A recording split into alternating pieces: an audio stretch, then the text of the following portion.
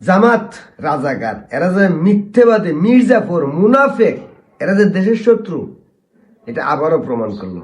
আর এটা বোঝার জন্য এই ভিডিওটা দেখাটাই আপনার জন্য গুরুত্বপূর্ণ। ভিডিওটা শুনেন, তারপর আরো কিছু ভিডিও দেখাবো, আর এই মির্জাফর, মুনাফেক, রাজাকার নিয়ে কথা বলবো। ঢাকা মহানগরীর মিরপুর 10 এলাকায় দুস্থদের মাঝে ফুড প্যাক বিতরণ করেছেন আমিরের জামায়াত ও বিরোধী দলীয় নেতা ডাক্তার শফিকুর রহমান। এই ফুড প্যাকের পরিমাণ এতটাই ছিল যে মিরপুরের আদর্শ উচ্চ বিদ্যালয় থেকে অনেকেই নিয়ে যেতে হয়েছে অন্যদের সহায়তায়। ঈদের আগে এমন ফুড প্যাকের সহায়তা পেয়ে স্বস্তি ও কৃতজ্ঞতা প্রকাশ করেছেন উপকারভোগীরা। এই হলো জামাতের রাজাকারদের মিডিয়া, যেগুলা জামাতরে ফাম্পট্টি দিয়ে উপর তোলার চেষ্টা করছিল। ঘটনা হইল, এই যে মালামাল দিছে, এগুলো কিন্তু চীন দিছে এককভাবে। আর এই মালামালগুলো প্রথমেই এই জামাতের মিডিয়া, জামাতের নেতারা প্রচার করছে যে জামাতের পক্ষ থেকে আমাদেরকে ঈদ উপহার দেওয়া হয়েছে, আমরা বুঝাই করে নিয়ে যাইতে পারতেছি না।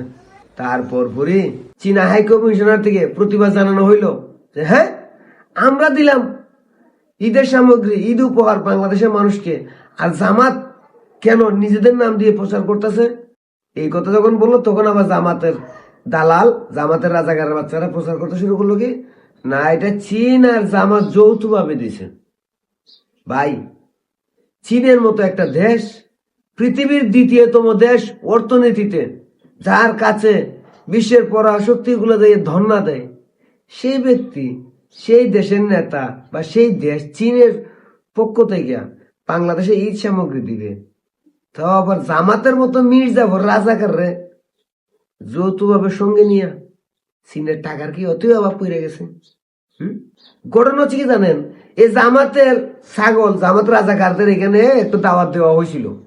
আর এই দাওয়াতের কাঠ পাইয়া এ রাজাকার, এ চুম্মা শফিক আর চুম্মা শফিকের দালাল রাজাকারের বাচ্চারা সবাই মিলে প্রচার করতে শুরু করলো।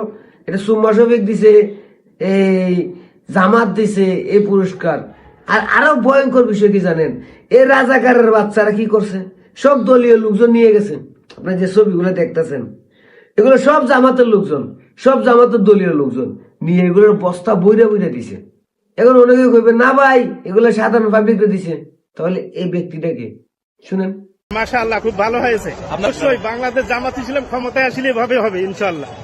আমি জামাত করি অনেক আগে থেকেই সাপোর্টার। ভোট দিয়েছিলেন কিনা তাদেরকে? হ্যাঁ, ভোট দিছি এবং দেওয়াইছি। কি বুঝতে পারলেন? এই ধরনের জামাতের লোকদের দেখে দিকে জামাতের রাজাকাররা দাওয়াত দিয়ে দিয়ে নিয়ে গেছে, আর নিয়ে বস্তা বুড়া বুড়া দিছে, নিজেদের নাম ফুটাইছে। এখন চীন কইতেছে জামাত আমাদের সঙ্গে 2 নম্বরই করছে, জামাত আমাদেরকে বিক্রি করে দিছে।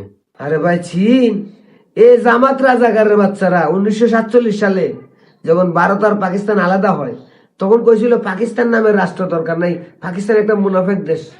যখন ভাগ হইল, তখন এই রাজাকার জামাতিরা যা কইল কি পাকিস্তান আমাদের দেশ, আমরা মুসলিম।